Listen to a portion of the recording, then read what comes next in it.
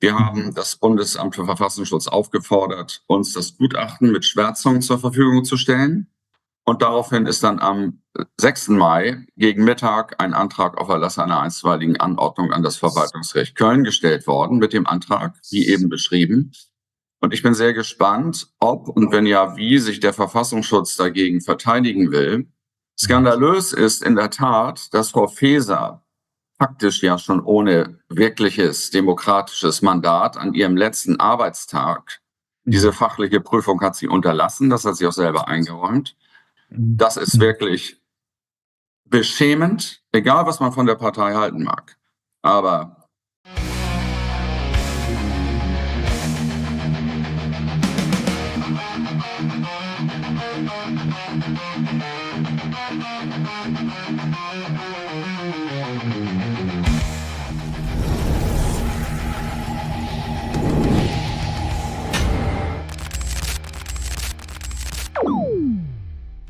Hey Leute, willkommen in der Realität. Wenn selbst ein Top-Anwalt wie Joachim Steinhöfel von einer verdeckten Tyrannei spricht, dann ist der Punkt erreicht, an dem wir alle zuhören sollten. Es geht nicht nur um die AfD, es geht um das Prinzip. Wie weit darf ein Staat gehen, um Opposition zu unterdrücken? Und ab wann ist das kein Rechtsstaat mehr? Was Steinhöfel hier sagt, ist brandgefährlich und leider völlig real. Auf geht's. Frage, wie finden Sie oder was ist jetzt mit ein bisschen Distanz von diesem Gutachten des Verfassungsschutzes, dass die AfD gesichert rechtsextremistisch sei, zu halten? Wie finden Sie das? Erstmal schöne Grüße nach Zürich. Sie haben das sehr humorvoll formuliert. Ich hätte mich mit dem Gutachten beschäftigt. Das Problem ist, niemand hat es, außer dem Spiegel, zugesteckt von den Helfershelfern von Frau Faeser würde ich vermuten. Wir wissen ja nur ganz wenig darüber, und zwar 5, 6 Zitate sind es, glaube ich. Die Welt hat welche veröffentlicht, die Süddeutsche Zeitung hat welche veröffentlicht und mehr wissen wir nicht. Was wir jetzt gemacht haben, also als Anwaltsbüro im Auftrag von News, dem Nachrichtenportal von Julian Reichelt und anderen, wir haben, da wir wissen, dass in diesem Gutachten ganz überwiegend öffentliche Quellen drin sind, auf denen diese Einschätzung beruht, also gesichert rechtsextrem. Wir haben das Bundesamt für Verfassungsschutz aufgefordert, uns das Gutachten mit Schwärzungen zur Verfügung zu stellen. Hilfsweise, wenn Sie das nicht wollen, sämtliche Äußerungen von AfD-Politikern, die in dem Gutachten enthalten sind und aus öffentlichen Quellen stammen, die also bei Facebook zu sehen waren, bei Twitter, bei einer Rede, wo auch immer, die also jeder sehen konnte oder sehen kann. Kann ja sein, dass auch mal ein Tweet gelöscht wird. Uns all diese Quellen zur Verfügung zu stellen. Und Sie sollten bis Montagabend, am 5. Mai, die Bereitschaft dazu mitteilen. Keine Antwort. Und daraufhin ist dann am 6. Mai gegen Mittag ein Antrag auf Erlass einer einstweiligen Anordnung an das Verwaltungsgericht Köln gestellt worden mit dem Antrag, wie eben beschrieben. Und ich bin sehr gespannt, ob und wenn ja, wie sich der Verfassungsschutz dagegen verteidigen will. Das, was jeder sehen konnte, nämlich wie die Quellen auch, die wir schon kennen, die Zitate, die waren ja bei Twitter oder bei Facebook, bei X heißt es jetzt. Wir sagen nee, das ist streng geheim. Es ist öffentlich, jeder kann es sehen, aber wir dürfen es nicht sehen, weil es jetzt in dem Gutachten steht. Das wird der Öffentlichkeit überhaupt nicht zu vermitteln sein. Ist das für Sie, dieses Gutachten, ein Skandal? Ist es inhaltlich Skandal? Ist es formell nicht haltbar? Wo sehen Sie da das große Problem rund um dieses Gutachten, das Sie jetzt da aufgegriffen haben? Das ist mehr eine politisch-strategische Sache, dass das Gutachten überhaupt so bekannt geworden ist. Wir kennen es ja noch nicht. Wir wissen nicht, was drinsteht. Insofern müssen wir abwarten, bis es früher oder später bekannt wird. Skandalös ist in der Tat, dass Frau Faeser faktisch ja schon ohne wirkliches demokratisches Mandat an ihrem letzten Arbeitstag ein Gutachten, das üblicherweise auch nochmal im Ministerium fachlich geprüft wird. Diese fachliche Prüfung hat sie unterlassen, das hat sie auch selber eingeräumt, der Presse gegenüber bekannt gibt, um somit eine Entwicklung, die sich abgezeichnet hat. Jens Spahn beispielsweise hat für einen etwas anderen Umgang mit der AfD im Bundestag sich positioniert. Andere haben das auch getan. Mit diesem Gutachten und dem dramatischen Begriff gesichert rechtsextrem ist natürlich jetzt jegliche aktuelle Kooperation, und sei sie auch nur informell oder bei einzelnen Abstimmungen über Verfahrensfragen zwischen CDU und AfD faktisch unmöglich geworden. Das Gutachten ist wie ein faktisches Oppositionsverbot. Aber was auch die Betätigung der Partei angeht. Was Faeser da gemacht hat, sie wusste, sie wird nicht mehr Ministerin, sie fliegt raus. Richtig so, das haben die Sozialdemokraten richtig entschieden. Diese Frau hat sich öfter als jemand erwiesen, der nicht mit beiden Beinen auf dem Boden der Verfassung steht. Und hat dann gesagt, am letzten Arbeitstag, mir kann nichts mehr passieren, haue ich denen jetzt nochmal richtig dieses Pfund vor die Nase. Jetzt ist es raus, jetzt ist es in aller Munde, jetzt hat es schwerwiegende Folgen für viele AfD-Mitglieder auf unteren Ebenen auch. Beamte in Hessen geht schon los, da will man sich überprüfen, Bankverbindungen, alles Mögliche hat mit Folgen dieses Gutachten, das man nicht einmal kennt. Und die Öffentlichkeit, die jetzt zur Kenntnis nehmen muss, dass ein Viertel der Wähler laut Umfragen, die durch diese Partei repräsentiert werden, praktisch ohne politische Repräsentation sein sollen. So hätte es Frau Faeser gern, oder so hätte es Linksgrün und auch Teile der CDU gern. So will man die größte Konkurrenz vom Spielfeld nehmen und die demokratische Repräsentanz eines Viertels der Wähler vom Spielfeld nehmen. Und das auf diese Weise, das kann ja sein, dass das gerechtfertigt ist. Wir wissen nicht, was in dem Gutachten steht. Nach dem, was wir wissen, kann ich es mir nicht vorstellen. Ich rede jetzt einfach weiter, weil mir ein weiterer Gedanke kommt. Wenn ich das Gutachten in der Öffentlichkeit glaubwürdig machen will, dann bringe ich Beispiele, die stecke ich dann durch zu Journalisten, die besonders schwerwiegend sind, wo man sagt, wow, wenn das auf den 1100 Seiten dokumentiert ist, dann muss diese Partei verboten werden. Oder jedenfalls ein Teil der Leute wird es sagen. Aber die Beispiele, die wir kennen, sind ja lächerlich. Das sind Äußerungen, wie sie vielleicht mit anderer Tonalität Friedrich Merz oder Angela Merkel, vor 20 Jahren Angela Merkel, im Bundestag auch schon getan haben. Vielleicht nur etwas überspitzter formuliert. Das kann auch sein, dass das, soweit ich weiß, sind da einige Leute im Bundesamt für Verfassungsschutz aus der Rechtsabteilung äußerst unzufrieden mit dem Vorgehen, dass die das lanciert haben, um das gesamte Gutachten zu diskreditieren. Denn wie ist die aktuelle Wahrnehmung, wenn man die Beispiele sieht? Das soll wohl ein Witz sein. Und damit diskreditiert man die 1100 Seiten, die nicht bekannt sind. Ist dieses Verfahren, wie dieses Gutachten jetzt publik wurde, ist das noch im Sinne des Rechtsstaates? Hat das noch etwas mit Demokratie zu tun, wenn man es aufs große Ganze projiziert? Oder ist das schon, wie es US-Außenminister Rubio formuliert, ist das schon verdeckte Tyrannei? Würden Sie so weit gehen? Nein, dieses Vokabular ist sehr amerikanisch. Da sind auch gewisse Unschärfen in der Wahrnehmung der politischen Fakten auf US-Seite zu lokalisieren. Aber im Kern ist diese Einschätzung natürlich richtig.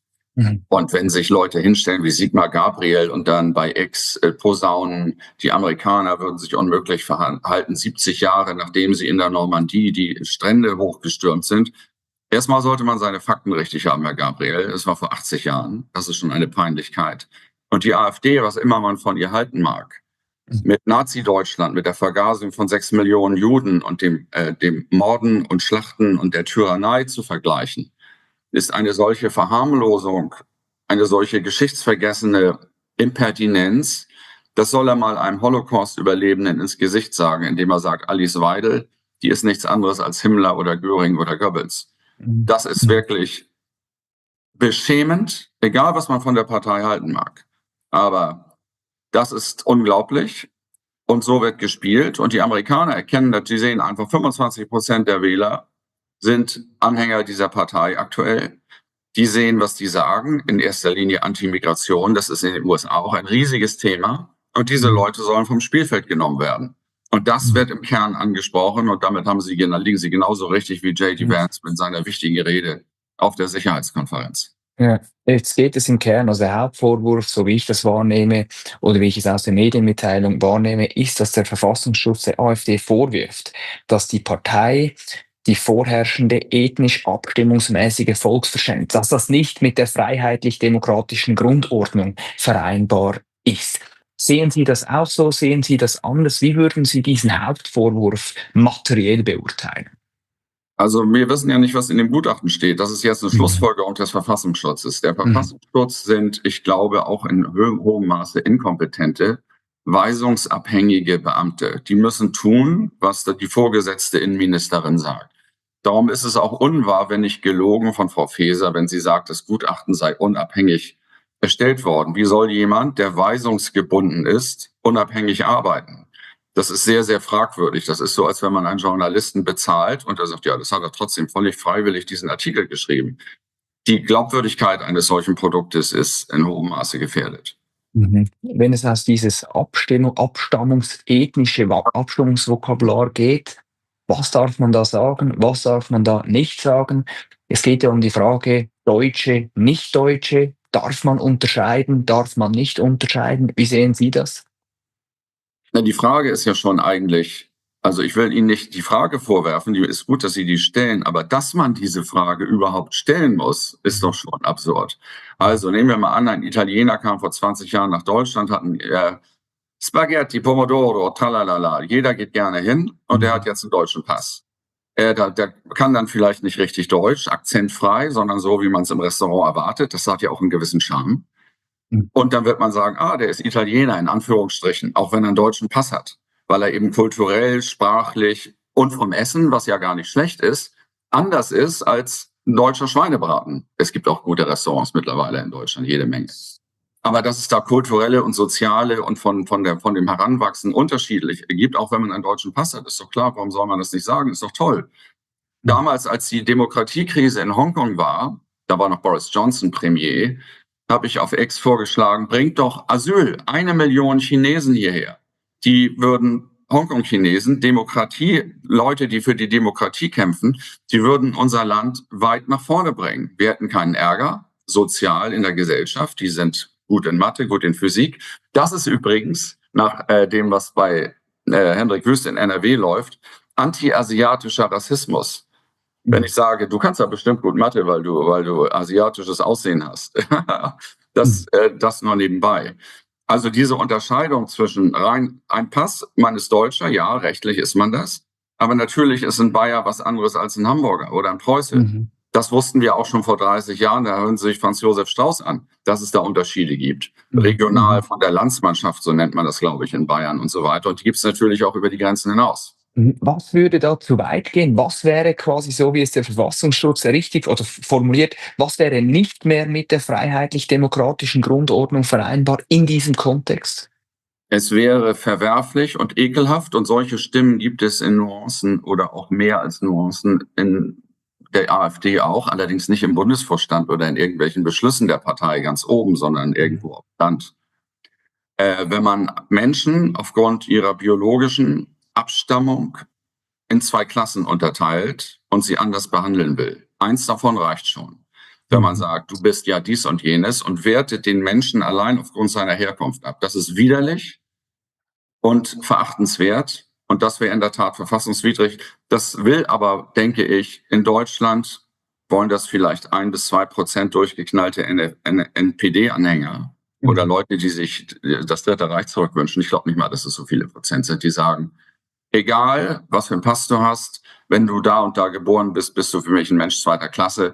Solche krassen, die Menschenwürde zutiefst verletzenden Einordnungen sind, glaube ich, wirklich selten. Worum es bei uns und in der Migrationskrise geht, sind völlig andere Fragen. Und die Probleme sehen wir jeden Tag in der Zeitung, die sich daraus tatsächlich für unser Gemeinwesen ergeben. Im Kern habe ich mir überlegt, geht es doch bei diesem Gutachten darum, dass dem Staat, dass eine Behörde gewisse Gesinnungen, sprich eine Gesinnung von der AfD, von AfD-Mitgliedern, von Politikern nicht passt. Sind wir in Deutschland bereits so weit, dass die Gesinnung bekämpft, gesichert, eingestuft werden muss, ja verboten werden muss? Müssen Gesinnungen, Meinungen in Deutschland verboten werden, Herr Steinhöfer? Der Begriff gesichert rechtsextrem bedeutet ja gar nichts. Das ist Behörden- und Beamtendeutsch, der keine rechtliche Relevanz hat. Das, was nicht sein darf, ist eine kämpferisch feindselige Einstellung gegen die freiheitlich-demokratische Grundordnung. Dann wird eine Partei verboten. Dieser Begriff ist eine Floskel genauso wie verfassungsschutzrelevante Delegitimierung des Staates. Das hat sich Herr Haldenwang, der nicht mehr im Amt ist, ausgedacht. Aus gutem Grund gibt es Artikel 21 im deutschen Grundgesetz. 1933 haben die Nazis die Regierung, die SPD verboten. Das sollte nie wieder geschehen, dass die Regierung einen politischen Gegner vom Spielfeld nimmt. Darum ist in Artikel 21 Grundgesetz vorgesehen, dass über die Parteienfinanzierung und über ein Parteienverbot allein das Bundesverfassungsgericht zu entscheiden hat. Das, was Nancy Faeser hier mit ihrem Gutachten gemacht hat, ist eine weitestgehende Umgehung dieser grundgesetzlichen Vorgabe, dass sie etwas macht und weitestgehend erreicht, mit den Erschwernissen, die sich aus diesem Gutachten, das wir nicht kennen, ergeben, die eigentlich in die Zuständigkeit weitestgehend des Bundesverfassungsgerichts gehören. Der Staat, die Regierung, soll niemals mit dem Instrumentarium des Staates und seinen Mitteln einen politischen Gegner abräumen können. Was heißt eigentlich rechtsextrem oder rechtsextremistisch? Das wird ja inflationär gebraucht. Was heißt das konkret? Ich glaube, das kommt sehr darauf an, ob es einen Politikwissenschaftler, der neutral ist, sowas gibt und nicht politisch von der Regierung bezahlt wird und deswegen immer nachplappert, was sie gerne hören wollen. Wer das sagt, das schreiben Journalisten, das sagen normale Bürger im politischen Diskurs. Was rechtsextrem ist, ist letztlich eine Meinung, eine Einordnung.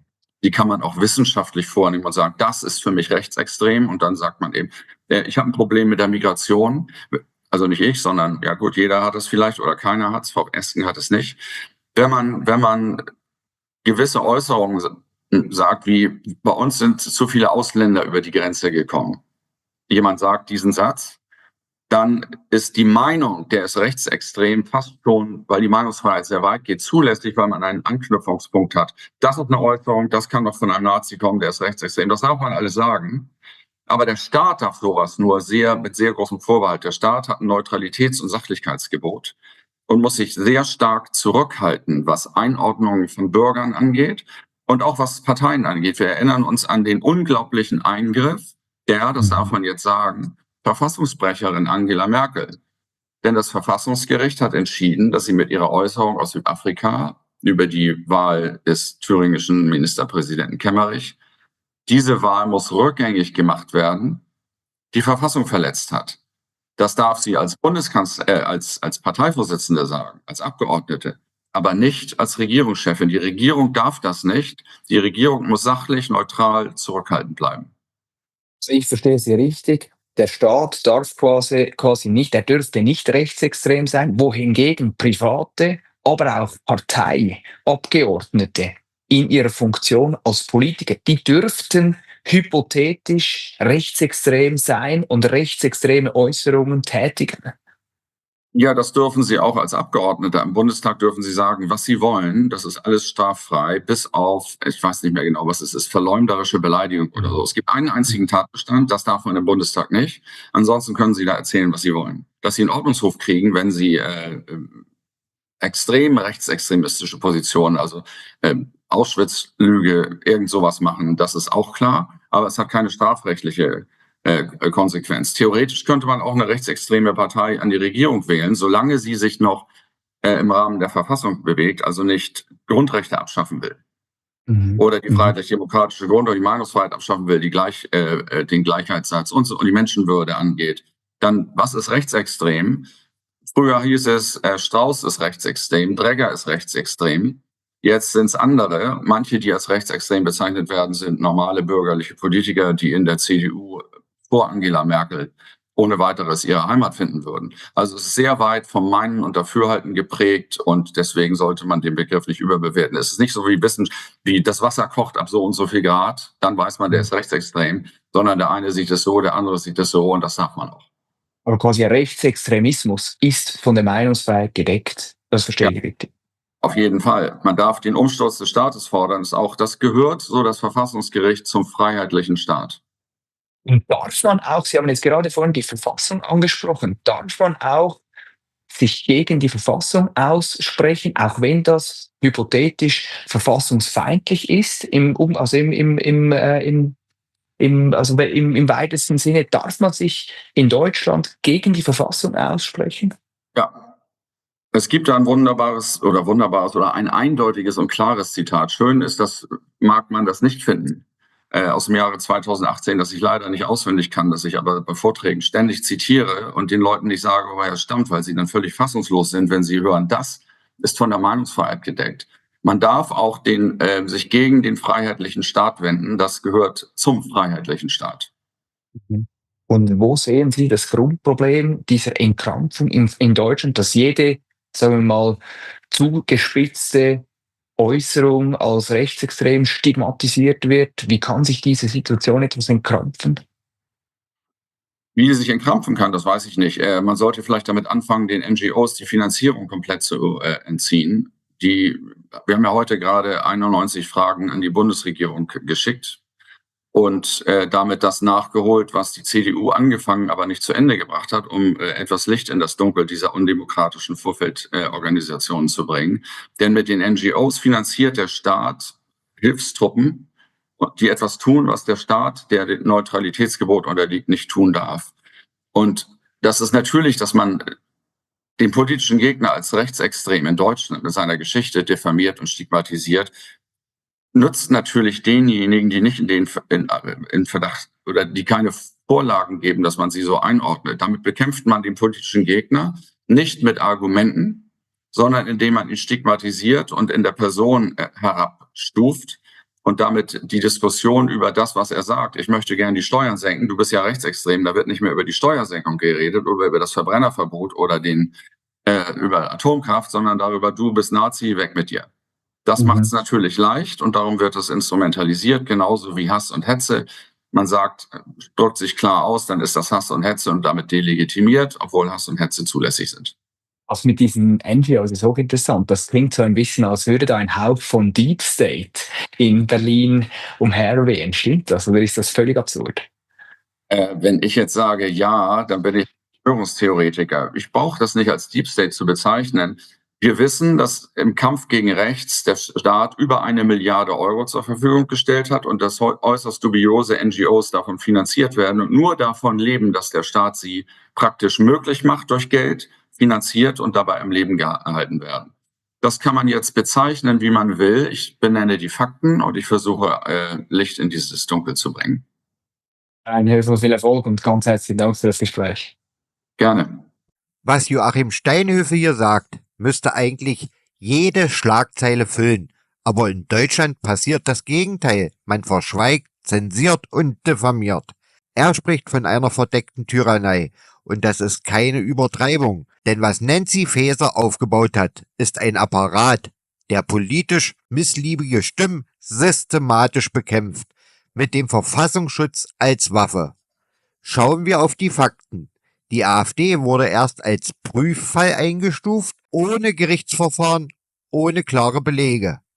Dann wurde sie zum Verdachtsfall erklärt mit Material, das teilweise aus linken Blogs stammte. Jetzt nennt man sie gesichert rechtsextremistisch. Und was ist die Grundlage? Ein internes Gutachten, politisch im Auftrag gegeben, von einer Innenministerin, die selbst aus dem Antifa-Milieu stammt. Nancy Faeser schreibt für die Antifa-Zeitschrift der SPD-nahen Organisation Antifa Infodienst. Sie hat öffentlich erklärt, dass der Kampf gegen rechts ihre oberste Priorität sei. Nicht der Schutz der Verfassung, nicht der Schutz der Freiheit, sondern ein ideologischer Kampf gegen eine gewählte Oppositionspartei. Das ist kein Rechtsstaat mehr, das ist Machterhalt durch Einschüchterung. Und Steinhöfe bringt es auf den Punkt. Wer so mit Opposition umgeht, der will keine demokratische Auseinandersetzung. Der will ein Meinungsmonopol und genau das erleben wir gerade in Deutschland. Wenn selbst renommierte Juristen wie Joachim Steinhöfe sagen, dass die Regierung an der Demokratie vorbeiregiert, dann sollten wir alle ganz genau hinhören. Denn das, was hier läuft, ist faktisch ein Oppositionsverbot, schleichend, leise und hochgefährlich. Das hier ist keine Theorie mehr, das ist Realität. Wenn ein Regierungssystem den politischen Gegner erst beobachtet, dann öffentlich diffamiert und schließlich ausgrenzen will, dann reden wir nicht mehr von Demokratie, dann reden wir von Kontrolle. Und wenn selbst ein Mann wie Joachim Steinhöfel öffentlich vor einem Oppositionsverbot warnt, dann ist es nicht 11:55, es ist längst zu spät fürs Schweigen. Wenn du das genauso siehst, dann like das Video, abonnier den Kanal für echten Klartext und schreib in die Kommentare, wie du zu diesem Wahnsinn stehst. Denn wenn die Meinungsfreiheit fällt, fällt alles andere gleich mit. Und wir sind die Letzten, die das noch verhindern können. Bis zum nächsten Mal.